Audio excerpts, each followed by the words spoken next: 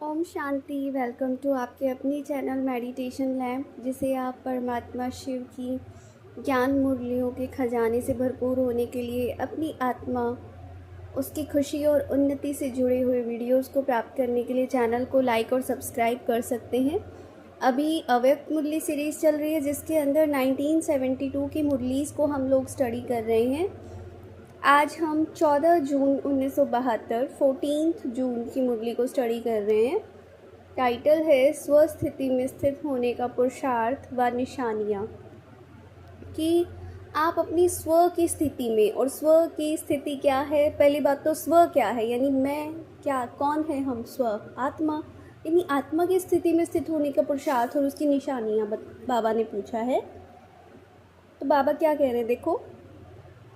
सदा सुख शांति में जीवन तब बन सकती है जब आपके जीवन में चार बातें हों। जनरली अगर आप देखोगे किसी की भी लाइफ को, हम हैप्पी, अगर आप कहो ना हैप्पी है, पीसफुल है, तो उसमें चार बातें आती हैं। वो क्या है? सबसे पहला हेल्थ। हेल्थ कैसी है? वेल्थ, धन संपदा कितना है, मतलब एक तरीके से हर चीज़ों की भरपूरता है या नहीं, हैप्पीनेस है या नहीं, और होली मतलब पवित्रता। बाबा ने कहा अगर ये चार बातें सदा कायम रहे तो दुख और अशांति कभी भी जीवन में अनुभव न करें।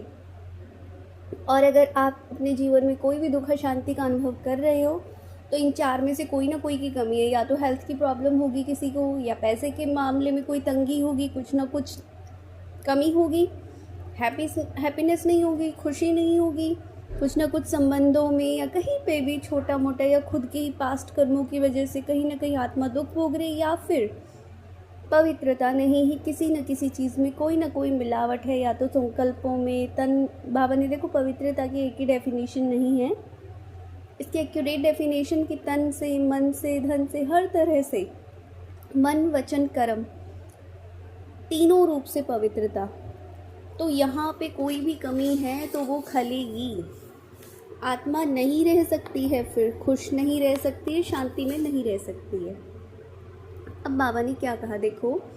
सदा सहज की इच्छा रहती है, तो वह सहज पुरुषार्थ कौन सा है? याद भी सहज कैसे हो? याद सहज और सदा रहे, और हेल्दी वेल्दी हैप्पी होली भी कायम रहे, इसका पुरुषार्थ सुनाओ। देखो हम सबकी क्या इच्छा होती है हमेशा, हम में से ना सबकी ये, यार कोई ईजी चीज़ बताओ, आप कोई ईजी तरीका बताओ, कि सदा सहज की इच्छा होती है। हम लोग भी तो चाहते हैं ना, कोई आसान तरीका बताओ इसको करने का। किसी को मोटापा घटाने के लिए बोल दो, आप उसको बोलो इतनी एक्सरसाइज, ये वो। आप कभी भी सुनना वो इंसान क्या कहेगा, यार कोई आसान तरीका बता।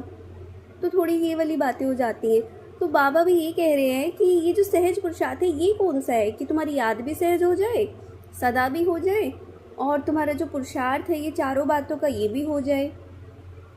तो बाबा ने क्या कहा, सबसे सिंपल इजी, और आज इसको नोट डाउन कर लेना क्योंकि हम हर किसी का यही पुरुषार्थ है।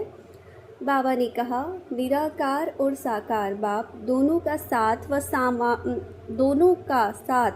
व सामने रखते हुए हर कर्म व हर संकल्प करो, तो ये चारों बातें ऑटोमेटिकली आ जाएंगी। क्या कहा?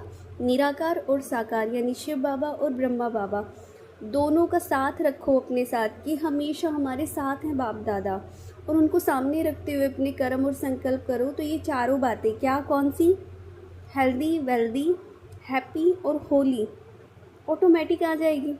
कुछ भी करने की ज़रूरत नहीं। देखो कितना आसान पुरुषार्थ बता दिया बाबा ने।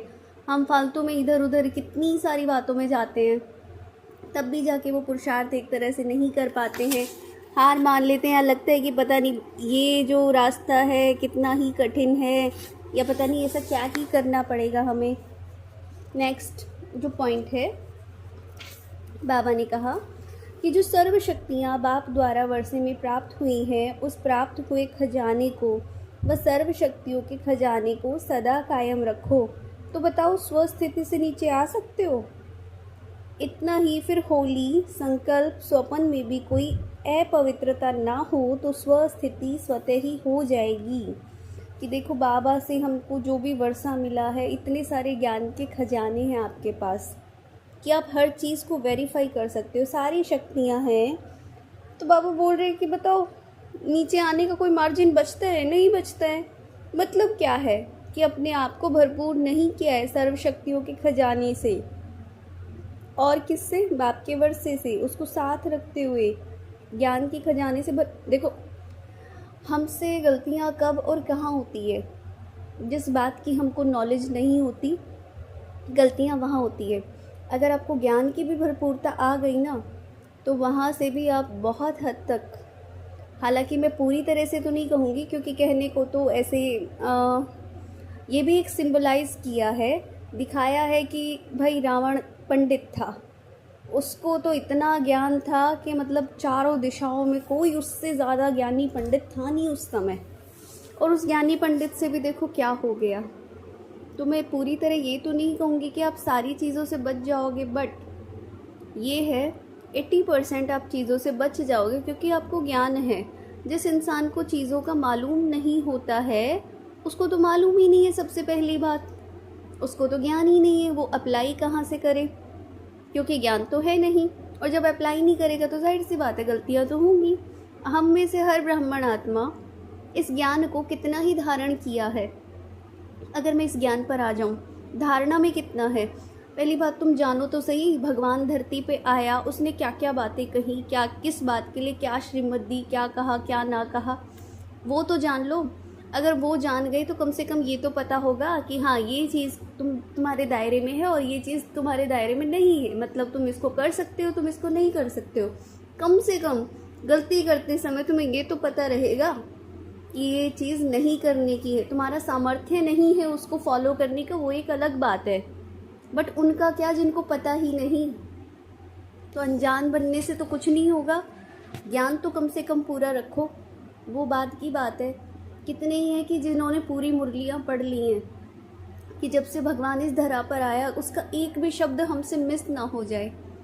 कितनी ही वाणियाँ हैं, व्यक्त है अव्यक्त है, कि सब पढ़ के ख़त्म कर लिया। आ ही रहे हैं, कोई 4 साल बाद आया है, कोई 5 साल पहले आया है, कोई 10 साल पहले आया।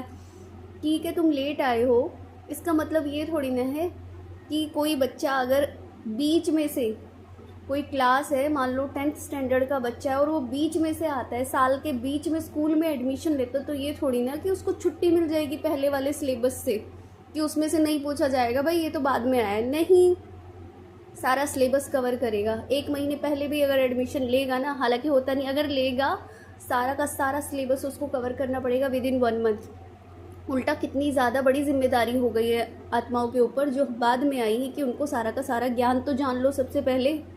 अप्लाई तो उसको तब करोगे ना जब कुछ पता होगा। यही चीज़ बाबा समझा रहे हैं। ठीक है, ये थी आज की मुरली। जो भी चैनल पे नए आए हैं चैनल को लाइक और सब्सक्राइब कर सकते हैं। बाकी जैसे प्यार बांटने से बढ़ता है तो ज्ञान को भी बांटने से बढ़ता है। जितना हो सके शेयर कीजिए, ताकि दूसरी आत्माओं का भी भला हो, ताकि वो भी अपनी उन्नति में, कहीं से क्या पता किसकी बुद्धि कहाँ से क्या खुल जाए। मिलते हैं हम लोग नेक्स्ट मुरली में, तब तक के लिए थैंक यू सो मच। ओम शांति।